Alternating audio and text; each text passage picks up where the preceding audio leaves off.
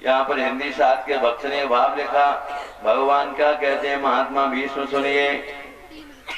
बोले घनश्याम महात्मा भीष्म मोहि जन्म दैवी बारे जग में अपार हैं। सिंधु खम्ब पृथ्वी पाषाण ते प्रगट होत कहाँ लो बखान करो अमित अवतार हैं। को कहे वसुदेव देव की गोलाल को कहे नंद और यशोदा को कुमार है। जाके एक बाप है बचावे निज लाज सोई मेरे कौन लाज मेरे बाप तो हजार हैं।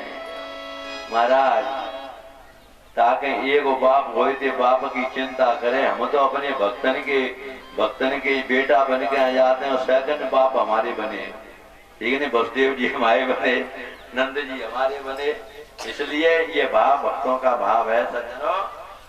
इस प्रकार से भगवान भीष्म पितामह अपनी स्तुति में कहते हैं प्रभु मैंने वीर भेष की उपासना की है। इस स्तुति करके भगवान के कमलवत चरणों में चित्त की वृत्ति जोड़ करके सज्जनों सारी कामनाओं को वासनाओं को निर्मूल बना करके भेद बुद्धि को तिलांजलि देकर लिंग भेद को समाप्त करके वासना को निर्मूल बना करके भगवान के कमलवत चरणों में चित्त की वृत्ति को जोड़ करके पांच भौतिक शरीर से महात्मा भीष्म ने अपने प्राणों का विसर्जन कर दिया।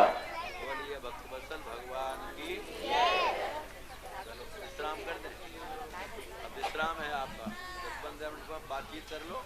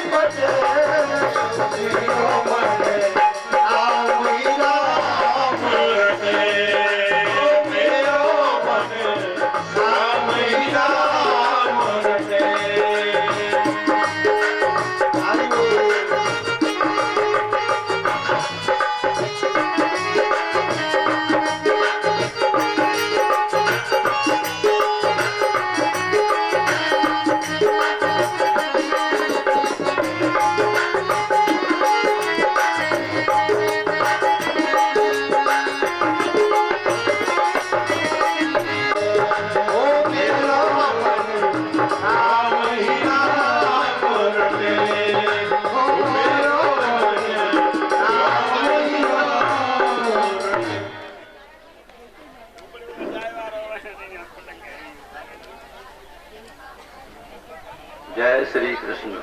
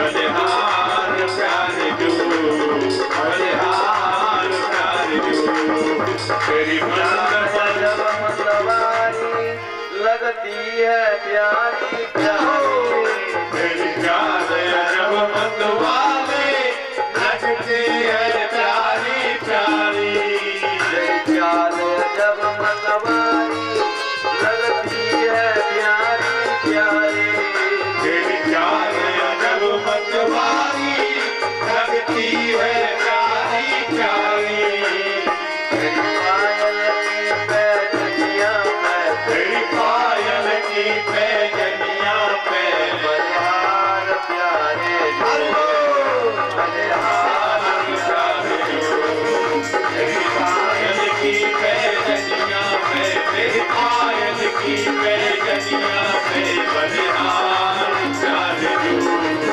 बलिहार प्यारे जो, तेरी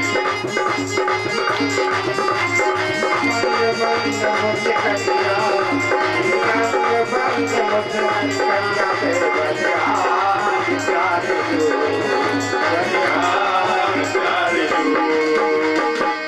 बोलिए बालकृष्ण भगवान की जय। भो भावनो हरि निवेशयत्वा निजराजीश्वरो युधिष्ठिरं प्रीतम, लेकर के रक्षा करते हैं। धर्मराज्य को राजगद्दी पर स्थापित करके भगवान श्री कृष्ण का मन प्रफुल्लित हो गया। धर्मराज भीष्म जी के द्वारा भगवान के द्वारा उपदेश को सुनकर के भूमंडल का राज्य करने लगे।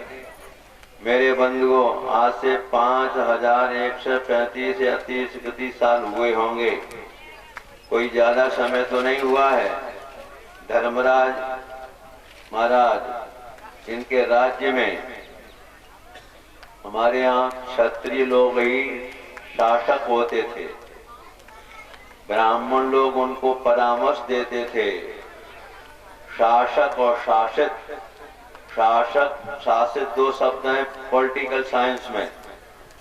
आज की अंग्रेजों की कुटिल नीति के शिकार बन करके भारतवासी शासक मांड के व्यक्ति घर बैठे हुए रो रहे हैं और शासित मांड के व्यक्ति गद्दी पर पहुंच करके मनमानी कर रहे हैं। आगे समझ में? धर्मराज के राज्य में जब किसान चाहते थे कि पानी पड़े, एक किसान कहता है हमारे खेत में पानी की एक भी बूंद न आवे तो हमारी फसल अच्छी होगी, और पड़ोसी किसान कहता है छमाछम पानी भर जाए मेरे खेत में तो फसल अच्छी होगी। तो जो किसान चाहता है कि पानी नहीं पड़े एक भी बूंद, पानी बरसता है। जो किसान नहीं चाहता है उसके खेत में पानी की एक बूंद भी नहीं, सवेरे देखता है दूसरा किसान पानी चाहने वाला उसका खेत लबालब पानी से भरा। ये धर्मराज 5000 साल पहले की बात बता रहा। घर में मेहमान जान आ गए, घर का मालिक गैया से हाथ जोड़ के कहता मैया गैया मैया आज मेहमान बढ़ गए ने दूध ज्यादा दे दिए, तुम्हारा 4 किलो का 8 किलो दे दीजिए। ये भागवत में लिखा है। समुद्र अपने अंतर गर्भ से बढ़िया कीमती रतन निकाल करके तट पर डालते हैं, राजा के कर्मचारी उनको लेकर के खजाने को भर देते हैं। नदियों में अगाध जल, नदियां सूख रही हैं पापाचार के कारण। जब देश का राजा दुष्ट होता है, धर्म को नहीं मानता है और प्रजा के प्रति एक भाव नहीं रखता है, घोड़े गधों की दौड़ होती है, गधे ले लिए जाते हैं, घोड़े रह जाते हैं। इस प्रकार की व्यवस्था तुम्हारे देश में चल रही है सज्जनों। तो उस समय पर नदियां क्यों सूख रही हैं? पानी का वाटर लेवल नीचे जा रहा है। ये सब जब राजा जो है ठीक नहीं होता है देश का, तब ऐसी प्रकृति साथ नहीं देती है। फिर सज्जनों, किसी को आदि व्याधि नहीं, वन जो हमेशा फलों से लदे रहते हैं। भगवान श्री कृष्ण ने ऐसे अपने भैया धर्मराज को गद्दी पर बैठा हुआ देखकर, उनके राज्य की व्यवस्था को देख करके खुश होकर के इन्होंने जो है रथ पर बैठ करके द्वारकापुरी चलने की तैयारी की। जैसे भगवान द्वारकापुरी चलने के लिए रथ पर बैठते हैं, मदंग शंख भेरी दुंदुभियां बजने लगी। कौरवों की जो स्त्रियां हैं जिनके मांग का सिंदूर कुछ गया था, अपनी अट्टालिकाओं पर आकर के भगवान के ऊपर फूलों की वर्षा करती हैं। अर्जुन ने मुक्तामणि जिसमें लगी हुई है श्वेत छत्र पकड़ लिया। उद्धव सात्विकी ने 2 चम्मच ले लिए। ब्राह्मण लोग आशीर्वाद दे रहे हैं। भगवान द्वारकापुरी के लिए प्रस्थान करते हैं। सज्जनों, सायंकाल के समय पर द्वारकापुरी जब पहुंचे, प्रभु ने रथ से उतर करके सूर्य को अर्घ दे करके संध्या वंदन किया, अपना शंख बजा दिया। द्वारकावासी जान गए कि भगवान श्री कृष्ण आ गए। उसी समय पर भगवान सबसे पहले द्वारकापुरी में कहाँ गए? अपनी मैया देवी के कक्ष में। ये बात भागवत में क्यों बताई गई? जब भी कोई लड़का लड़की अपने नौकरी पर जाते हैं, बाहर जाते हैं, तो पहले अपनी मैया के चरणों में अपना माथा रखो। लड़का भले ही बड़ा हो गया है, गोद में उठा लो और लड़के के हाथों का चुम्बन लो, अपने बेटा के माथे को सूंघो। तो लड़का जब भी जहाँ जाएगा उसका मंगल होगा, अमंगल नहीं होगा। और लौट करके जब लड़का आए तो माँ के चरणों की वंदना पहले करे, तब पिता के पास जाए। पिता से माँ 100 गुनी बड़ी होती है।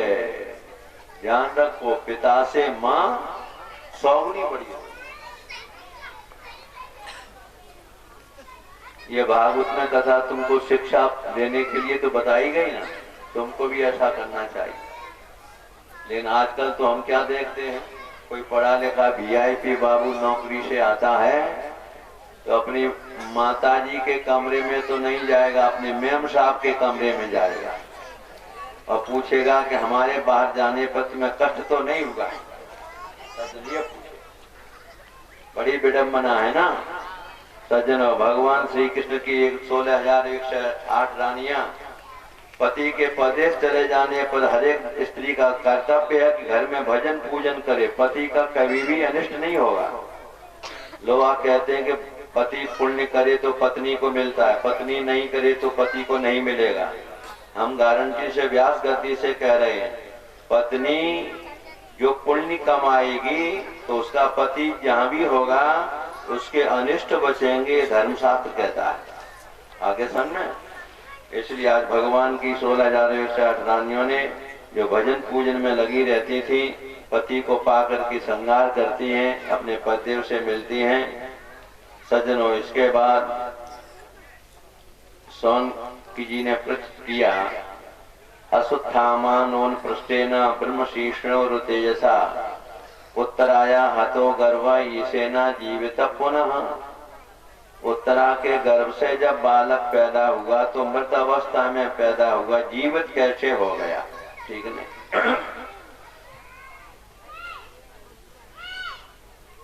सज्जनों, जब उत्तरा के गर्भ के भगवान पे पहले मृत्यु को पार करके जीवन मुक्त हो जाएंगे। सज्जनों, ऐसा ब्राह्मणों ने भविष्य का उच्चारण किया कुंडली को देख करके। पांडवों के मन में आया कि नाती पैदा हुआ है, डठौन कर दें। अब खजाना तो खाली हो गया था युद्ध में। सज्जनों, युद्ध बहुत बड़ा बुरा होता है। बाल बलशाली गया बंधु सो विरोध किए। भाई से विरोध किया ना, बाली चला गया ना। बाल बलशाली गया बंधु सो विरोध किए और रावण को सबल वंश फूलो फलो चलो गयो। उसने भी विभीषण द्रोह कर लिया विभीषण से। दुर्योधन दुख दिया प्यारे पांडु पुत्र निको और वीरन को दल महाभारत में दलो गयो। वही प्रथा पाली पृथ्वीराज जयचंद जी ने भारत सो देश निज हाथ सो चलो गयो, भूल कर भी भैया जन भैया सो पैर करो, और भैया सो पैर करके काहू कौन भलो भयो। केवल भाई भाई के बंटवारे को लेकर के विश्व हो गया था सज्जनों। माँ के गर्भ में पेट में जगह मिल जाती है 4 भाइयों को, और पैदा हो जाने के बाद एक एक इंच जमीन के पीछे भाई भाई के खून का प्यासा बन जाता है। और रामायण को पढ़कर के आंखों से आंसू बहाते हैं भरत और राम के नाम पर। एक राम भरत भी थे। महाराज अयोध्या के साम्राज्य को एक फुटबॉल बना दिया। न भरत स्वीकार करते हैं न राम स्वीकार करते हैं।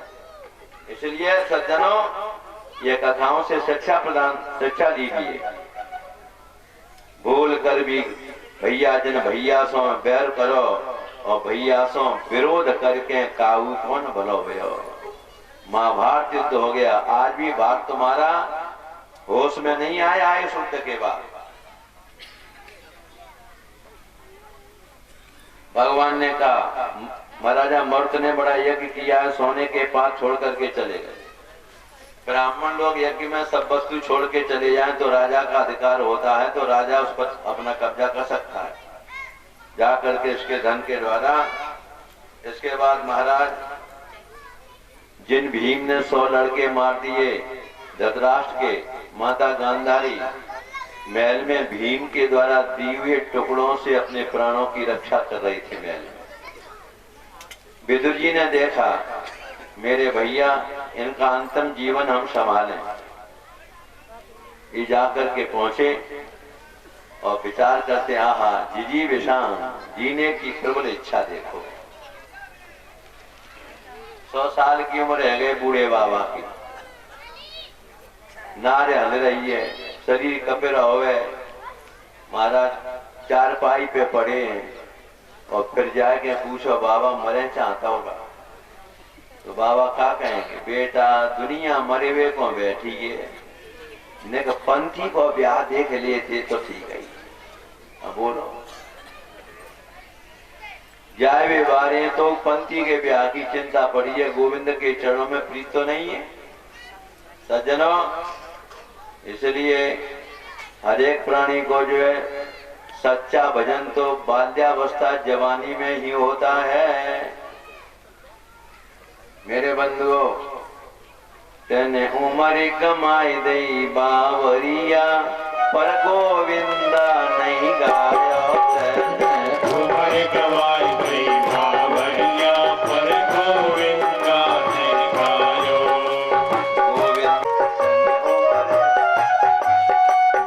गोविंदा नहीं गायो।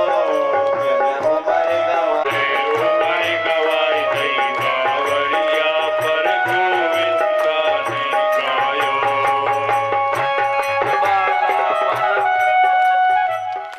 बालापन खेल गवायो, बालापन हंस खेल गमायो, बालापन हंस खेल गवायो। तेरी जवानी में पड़ गई भामरिया, पर गोविंदा नहीं गायो। तेरी जानी में पड़ गई भावरिया, पर गोविंदा नहीं गायो। तेरे उमर गवाई दई भावरिया, पर गोविंदा नहीं गायो।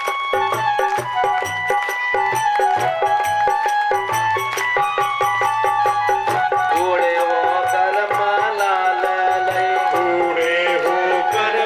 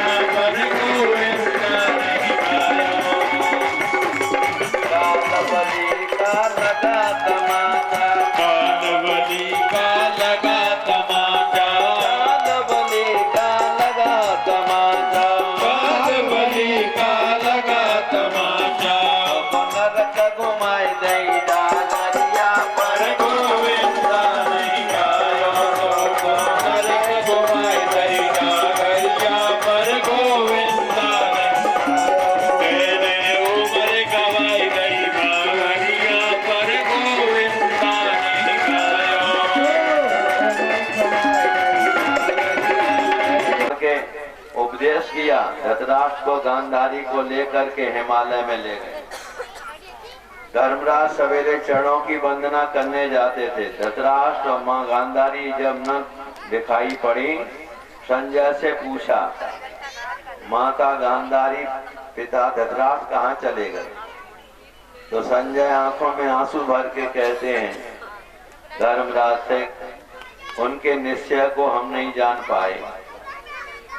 विदुर जी जरूर आए थे तो समझ गए कि विदुर जी इनको हिमालय के लिए ले गए। अपने भाई के अंतिम जीवन को बढ़िया बनाने के लिए, योग पद्धति से प्राणों के विसर्जन के लिए तुम्बरू के सहित नारद जी आ गए। उन्होंने कहा, धर्मराज अपने माता पिता को लौटाने मत जाना, जीवन के अंतिम क्षणों में योग पद्धति से ब्रह्मरंध्र में से प्राणों को निकालेंगे। इसको ब्रह्मरंध्र कहते हैं। मेरे बंधुओं, किसी के प्राण आंख में होके, मुंह में होके, कान में होके, नासिका में होके निकल जाए, बहुत बढ़िया बात है।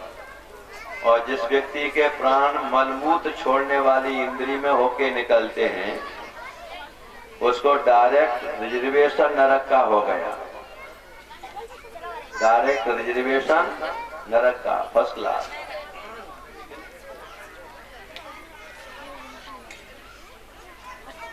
जन्म लेने के बाद शूकर कूकर की योनि में जाना पड़ेगा। और एक 10वां दरवाजा होता है यहाँ, ये ब्रह्मरंध्र। आपने देखा है बच्चों के तलुआ में पिलपिलाते रहते हैं। माँ के गर्भ में जब 6वें महीने को पार करके लड़का जब आगे उधर में बढ़ता है, तो 7वें महीने के लगते ही वो डिवाइन लाइट, वो जीवात्मा यहाँ होके आती है, भीतर प्रवेश कर जाती है ना। इसके बाद पिलपिलाता है ना, ये माताएं सरसों का तेल लगा लगा के कड़ा बना देती है। यदि किसी जीवात्मा का भजन करते करते आध्यात्मिक ऊर्जा, स्पिरिचुअल इलेक्ट्रिसिटी, आध्यात्मिक ऊर्जा इतनी बढ़े कि उसके ब्रह्मरंध्र में से प्राण निकल जाएं, तो उसको माँ के गर्भ में फिर उल्टा नहीं लटकना पड़ेगा। ये 10वां दरवाजा में जीवात्मा आता है और 10वां दरवाजे से निकल जाए, फिर क्या पूछते हो? इसके लिए भजन पूजन करना चाहिए। सज्जनों, 5वें दिन जाकर के ब्रह्मरंध्र में से धृतराष्ट्र जी ने अपने प्राणों का त्याग किया। गांधारी सती हो गई। इसके बाद कैसे? पिछली रोटी कुत्ते को सम्मान होगा कि नहीं होगा? पहली रोटी गाय को सम्मान है कि नहीं? पंच महायज्ञ होते हैं, पंच महायज्ञ होते हैं सज्जनों। तो इसलिए पूछा, अर्जुन तुमने कहीं बुजुर्गों को छोड़ करके पहले रोटी तो नहीं पाली? कहीं तुमने अगम्य स्त्री में गमन तो नहीं कर दिया? अर्जुन आंखों से आंसू बहा रहा है। उसने भगवान की सब लीला बताई। तो पांडवों ने उस समय पर, अरे भगवान श्री कृष्ण ने भूमंडल को छोड़ करके नित्य गोला धाम में चले गए, तो पांडवों तुम्हारा रहने का क्या मतलब? उसी समय परीक्षित के लिए राज्याभिषेक किया है और स्वयं अपने राशि वस्त्रों का त्याग करके, और अनिरुद्ध का बेटा जो बेटा वज्र था उसको मथुरा का राज्याभिषेक किया है। पांडवों ने परीक्षित को राज्याभिषेक करके और हिमालय के लिए चले जाते हैं। सूत जी महाराज कहते वहां जाकर के पहले द्रौपदी, इसके बाद चारों पांडव और धर्मराज जी की एक अंगुली गले तो होती है, विमान आता है, इसी सरिसेश्वरपुरी के लिए चले गए। मेरे बंधुओं, बद्रीनारायण से 100 किलोमीटर दूर है स्वर्गपुरी। तुम्हारे हमारे देश के प्रतापी क्षत्रिय राजा, ये देवता लोग मीटिंग में क्षत्रिय राजाओं को बुलाते थे। जब देवताओं पर कोई संकट आता था तो भारतवर्ष के प्रतापी क्षत्रिय राजा देवताओं की सहायता करने के लिए जाते थे देवलोक में। ऐसे से प्रतापी क्षत्रिय थे। परीक्षित ब्राह्मणों की शिक्षा से भूमंडल का शासन करने लगे। उत्तर की कन्या इरावती के साथ विवाह किया। जन्मेजय 4 पुत्रों को प्राप्त किया। इन्होंने भी कृपाचार्य को गुरु बना करके गंगा के तटपति नरसमेध किए। एक बार इन्होंने दिग्विजय करने के लिए निकले, उसमें गाय और बैल, गाय बैल के 3 पैर कट चुके हैं, एक पैर के बल से खड़ा हुआ है। गाय के नेत्रों में आंसू हैं। क्यों? कलयुग आने वाला है। कलयुग दंड दे रहा था। कलयुग को देख करके महाराज राजा को देख करके कलयुग हट गया वहां से। राजा ने पूछा कि हमारे राज्य में तुम्हारे नेत्रों में आंसू कैसे? कहा कि राजन आप अपनी बुद्धि से विचार करिए कि हमको दंड देने वाला कौन है। समझ गए? गाय के रूप में साक्षात पृथ्वी महारानी है और बैल के रूप में साक्षात धर्म है। उसी समय पर कलयुग को जैसे ही देखा तो तलवार लेकर के राजा मारने लगे। ये कलयुग राजा के चरणों में गिर पड़ा। अपने नभ चिन्हों को छोड़ करके राजा ने देखा कि मेरे चरणों में पड़ा हुआ, इसको मृत्युदंड नहीं दिया। कहा कि हमारे देश से तुम चले जाओ, हमारे देश में अधर्म की कोई जरूरत नहीं है, यज्ञों के द्वारा भगवान की आराधना होती है। तो कहा नहीं महाराज, हम भी तो आपकी प्रजा हैं, आप हमको ठहरने को जगह दीजिए। तो कहा कि ठीक है, हम तुमको 4 जगह देते हैं। राजा परीक्षित कैसे प्रतापी थे, कलयुग को 4 जगह बता रहे हैं, जहां पर जिस परिवार में जिस घर के लड़के जिस परिवार के लड़के जुआ खेलें आ गया सन में, उनके घर में साक्षात कलयुग है। और जिनके घर में शराब बिकती हो, शराब का व्यापार करते हो और शराब पीते हो, ध्यान से सुनो, जंगली जाति गुर्जर ठाकुर जो जंगल में रहने वाले थे, तुम तो उच्च कुल के चंद्रवंशी प्रतापी क्षत्रिय हो। जो जंगली जाति बोली जाती थी, गुर्जर जाति, जो केवल पशु पालन करते थे, आज गुरुजनों ने अपने गुरु और अपने संतों की बात मान करके उनके पूरे समाज में, ऑल इंडिया में कोई शराब नहीं पिएगा। शराब पिएगा उसको समाज से निकाला जाएगा। लड़की जीन्स नहीं पहनेगी, जब तक विवाह नहीं हुआ है तब तक मोबाइल हाथ में नहीं लेगी, और 1-2 कुंटल से ज्यादा भंडारा नहीं होगा, 5 चीजों से ज्यादा चीज नहीं चढ़ेगी। ये सब गुर्जर जाति आज कितनी विकसित हो रही है, और हम लोग लड़के आजकल तो डीएजी मंगा लिया। डीजी बोलता क्या बोलता? डीएजी कैसे? डीजे और डीजे मंगा करके महाराज फिर करते हैं ड्रिंक और फिर लड़ते हैं नच के। अरे राम राम का हो त्यार, क्या संस्कार विहीन हो रहे। ये विवाह में डीजे कभी मत मंगाना, ये डीजे खतरनाक हैं, ये लड़ाई पैदा कर देते हैं। सचन आगे सन में जय श्री कृष्ण। तो महाराज जिस घर में ये मदिरा जिस घर में बेची जाती हो और जिसके लड़के मदिरा पीते हो, परीक्षित कहते हैं उस घर में तुम साक्षात चले जाना।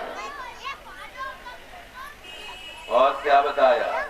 जो अपनी स्त्री का धर्म पत्नी को छोड़ करके दूसरी की स्त्री में मन लगाते हैं, आसक्ति करते हैं, वैश्यागमन करते हैं, वहां जा उसके परिवार के लड़कों के घर में कलयुग का वास रहता है।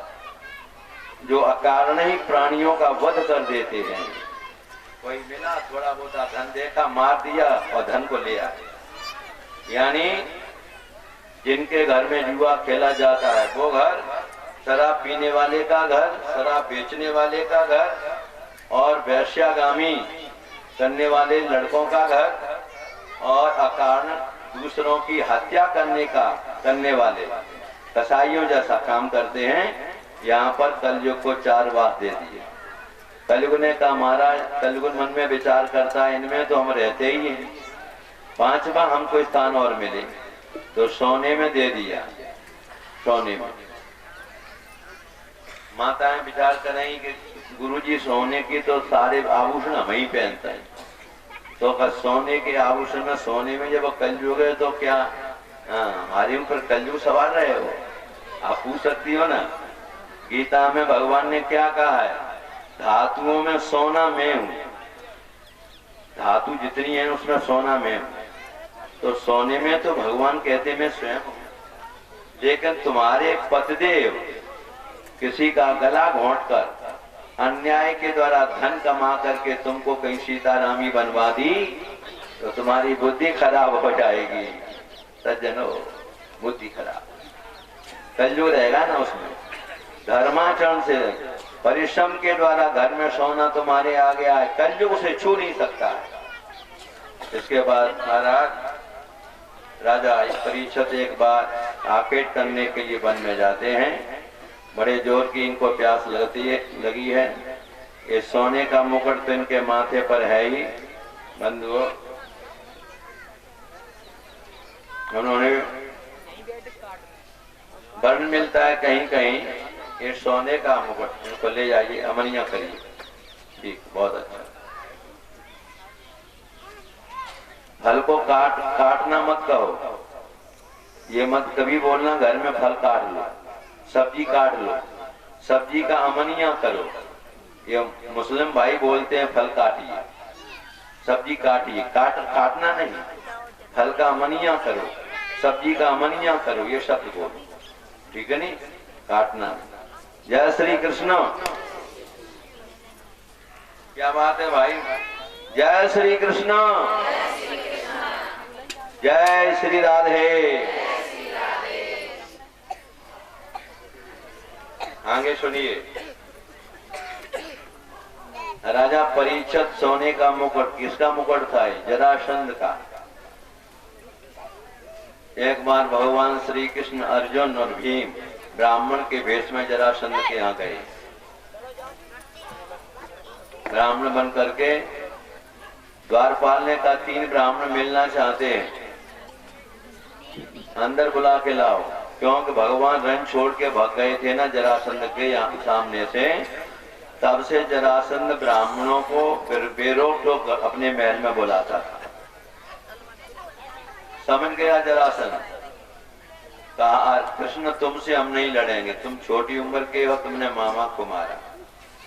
अर्जुन तुमसे भी नहीं लड़ेंगे, तुम 1 साल के लिए नपुंसक बन के रहे। भीम हमारी टक्कर का है। सज्जनों, भीम से युद्ध हुआ, 26 दिन तक युद्ध करते रहे। भीम ने कहा अर्जुन भगवान से कि हमारी हिम्मत नहीं है इसे मारने की। तो भगवान ने कहा कि कल का युद्ध तो कर लो और मेरी तरफ देखते रहना। भगवान अब क्या करता था, भीम चीर देता था और 2 टुकड़े जरासंध के कर देता था, दोनों मिल जाते थे। भगवान कहते हैं कल 27वें दिन का युद्ध है, मेरी तरफ देखते रहना। भीम युद्ध कर रहा है जरासंध से, भगवान ने एक तिनका को लेकर के बीच में से चीर दिया और चीर करके ऐसे लगा दिया उसको। यानी भगवान ने संकेत किया, चीर करके दोनों हिस्से अलग दिशा को फेंक दीजिए, ये मर जाएगा। भगवान के संकेत से जरासंध मर गया। अब जरासंध का बेटा सहदेव, उसके माथे पर पिता का मुकुट बंधेगा कि नहीं बंधेगा। लेकिन भीम मचल गए सोने के मुकुट को देख करके। धर्मराज को आकर के भेंट किया। धर्मराज जी ने उस समय पर कहा, मेरे गोविंद आपने भी भीम को नहीं समझाया, ये तो जरासंध का मुकुट उसके बेटा के माथे पर जब राजगद्दी दी गई होगी बंधना चाहिए था। तो कहा भीम माने नहीं। धर्मराज ने सोने के मुकुट को तिजोरी में बंद करके लिख दिया कि आगामी आने वाली हमारी संतान जब खजाने को चेक करे तो इस मुकुट को हमारा कोई आगे आने वाला कोई संतान इसको माथे पर बांध के न चले। ये परीक्षित अपने बाबा के जाने के बाद परीक्षित ने खजाने को चेक किया, तिजोरी को खोलने लगे। कर्मचारियों ने कहा महाराज इसको मत खोलो। नहीं दिखाइए ना। सोने के मुकुट को देख करके वो उनका मन मचल गया। परीक्षित जी ने वही मुकुट अपने माथे पर धारण किया और आखेट करने के लिए गए हैं ना। अन्याय अधर्म के द्वारा प्राप्त सोने का मुकुट है ना, तो उसी में तो कलयुग रहेगा ना। अब कलयुग राजा के मस्तिष्क के द्वारा अपना युग प्रारंभ करना चाहता है ना। सज्जन और समीक ऋषि के आश्रम में बड़े प्यासे हैं राजा, और कहा कि हमको बड़े जोर की प्यास लगी है। समीकम मुनम दृष्ट्वा सुस्त तालु राजा जलम याचे है। वो तो समाधि में बैठे थे, कौन सुने। राजा के मन में गया कि इन जंगल में रहने वाले ब्राह्मणों की, संतों की और व्यवस्था हम हमारे राजकोष से खजाने से होती है। और हमारा कभी नंबर आ गया इनके आश्रम पर, हमको पानी भी नहीं पिलाना चाहते हैं। महात्मा जी आंखें बंद करके बैठे हैं। राजा की बुद्धि खराब होने लगी। सोने का मुकुट तो जरासंध का रखा ही हुआ ही है ना, इसलिए बुद्धि खराब हुई। एक मरे हुए सर्प को लेकर के समी गली में पहना दिया। पहना करके राजा हस्तिनापुर को चला गया। उसके बाद समी का बेटा श्रृंगी ने देखा एक राजा भी आया था, वो हमारे पिता के गले में मस्तक डाल करके चला गया। उन्होंने कौंसकी नदी के तट पर इसकी मृत्यु संसार में वंदनीय पूजनीय हो जाए। और परीक्षित जैसे राजा की मृत्यु इतनी दिव्य मृत्यु होना चाहिए, संसार उस राजा परीक्षित से शिक्षा ले। इसलिए भगवान की प्रेरणा थी कि मैं ही सुखदेव जी के रूप में जाकर उत्तरा के गर्भ में मैंने रक्षा तो कर दी। अब राजा परीक्षित को जब ब्राह्मण का बांग में शाप लगेगा, बांग में ब्रह्मास्त्र लगेगा न वाणी का, तो मैं ही सुखदेव जी के रूप में जाकर के और ब्राह्मण के शाप से मैं मुक्त बनाऊंगा। और राजा परीक्षित की मृत्यु बड़े विद्वान मनीषी ब्रह्मवेत्ता परम ज्ञानी पुरुषों के बीच में राजा का संवाद और सुखदेव जी का संवाद एक धन्य बनाने वाला बन जाए। ये भगवान कृष्ण की स्वयं इच्छा थी कि परीक्षित को ऐसा शाप लग जाए और लग करके परीक्षित की मृत्यु ऐसी दिव्य मृत्यु हो जिसमें सभी संत महात्माएं और मुझे दोबारा परीक्षित की रक्षा करने का श्रेय प्राप्त हो। जय श्री कृष्ण। उसी समय पर राजा सबको प्रणाम करते हैं, सबका वंदन करते हैं चरणों का। राजा ने सबसे क्या कहा, हे ब्राह्मणों, यूयम एक मत यह, आप एक मत से ये बताओ, म्रियमाणः किम कर्तव्यम। राजा ने ये नहीं कहा कि हमको तक्षक नाग आएगा डसेगा, हमारी विज्ञान कल हम प्रदान करेंगे आप। जय श्री कृष्ण। बोलिए जय श्री राम।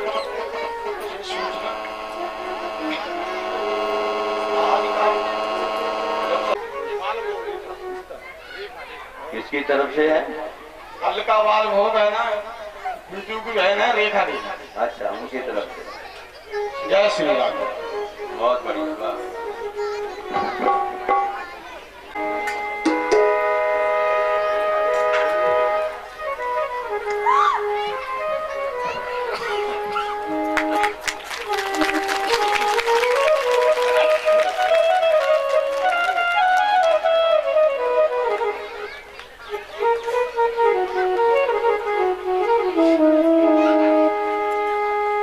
तेरे बिन जाए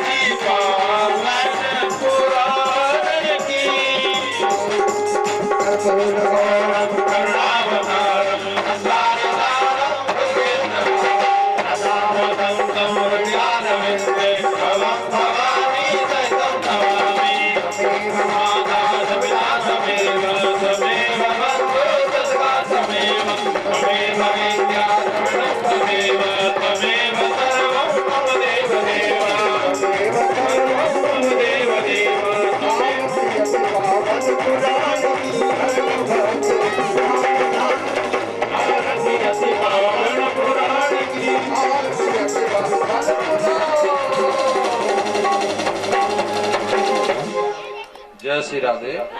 ओम आपा शिवा, अरे फूल नहीं छोड़ना है, फूल को लिए रहो। ओम आपा शिवा शिव तमा शास्त्रे गणवंतु वेग जम्बा शांति शांति शांतिर्भवतु।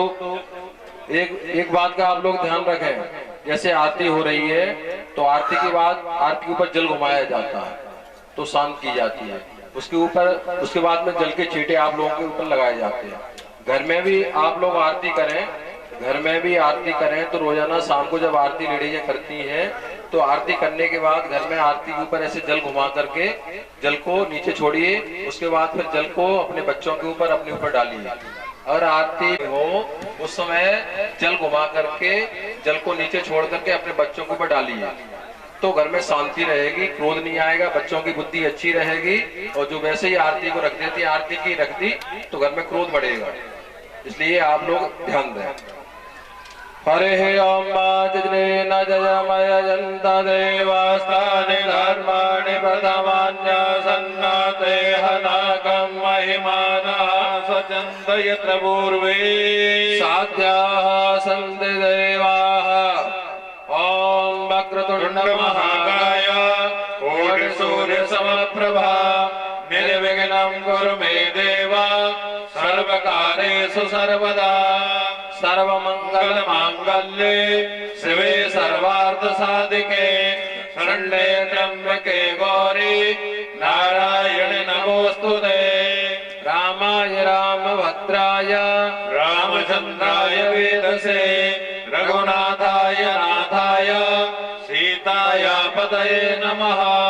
कृष्णाय वासुदेवाय हरे परमात्मने प्रणत क्लेशनाशाय गोविंदाय नमो नमः।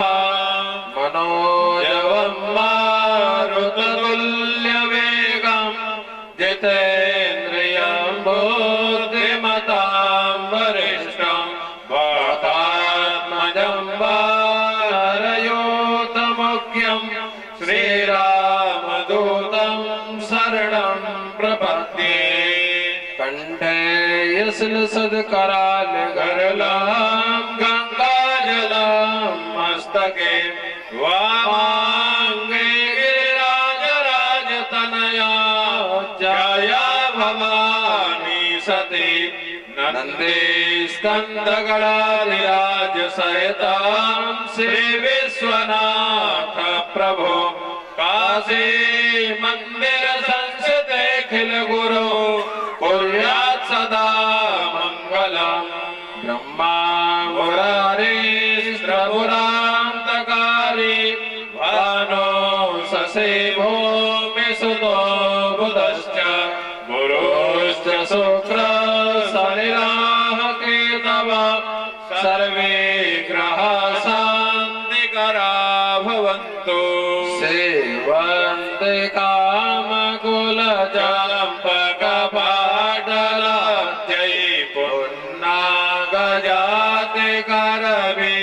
करवीररसाल पुष्पै विल्वा प्रबाल तुलसी दलमञ्जरी विष्णुं पूजयामि जगदीश्वर मे प्रसीद। नाना सुगंध पुष्पाणि यथा कालोद्भवानि च पुष्पाञ्जलिर्मया दत्ता ग्रहणा परमेश्वर। श्रीमद्भागवत पुराण पुरुषोत्तमाय नमः।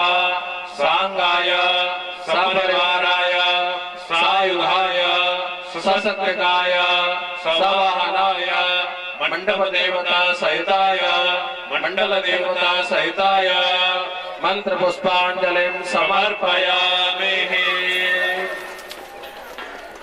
हाँ, भागवत जी पे तुलसी चढ़ाने का बड़ा महत्व है।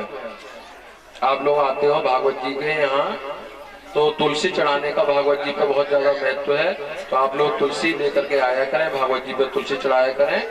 हाँ, अब जोर से जयकारा लगाएं जिससे पता लग जाए कि हाँ लंबरदारपुरा पे कथा प्रारंभ हो गई है। तीनों लड़के आ जाओ। धर्म की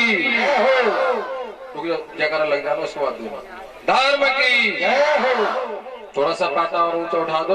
धर्म की अधर्म का अधर्म का प्राणियों में सद्भावना हो, प्राणियों में सद्भावना हो, विश्व का कल्याण हो, विश्व का कल्याण हो, सत्य सनातन धर्म की जय हो, भारत माता की जय हो, हनुमान हरि की जय हो, दुर्गे महारानी की जय हो, शंकर भगवान की जय हो, द्वादश ज्योतिर्लिंगों की जय हो, काली मैया की जय हो, फूटा वाली मैया की जय हो, श्री नागाजी महाराज की जय हो, बाबा लोचनदास जी महाराज की जय हो, श्रीमद् भागवत महापुराण की जय हो, वेद व्यास जी महाराज की जय हो, श्री सुखदेव जी महाराज की जय हो, राजा परीक्षित की जय हो, राजा परीक्षित की जय हो, आवाज स्थापित सभी देवताओं की जय हो, आवाज स्थापित सभी देवताओं की जय हो,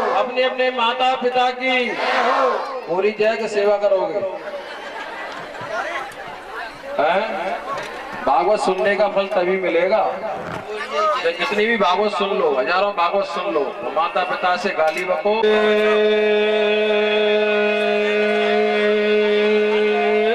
श्याम ऐसे बोलिए जैसे वन में मयूर बोलते हैं, श्याम श्याम श्याम। नमः पार्वती पते हर हर महादेव। हाँ बच्चों आरती उठा लो, दोनों आरती उठाइए। एक जेंट्स में दे दो, दो लेडीज में दे दो, दो लड़के और आ जाओ।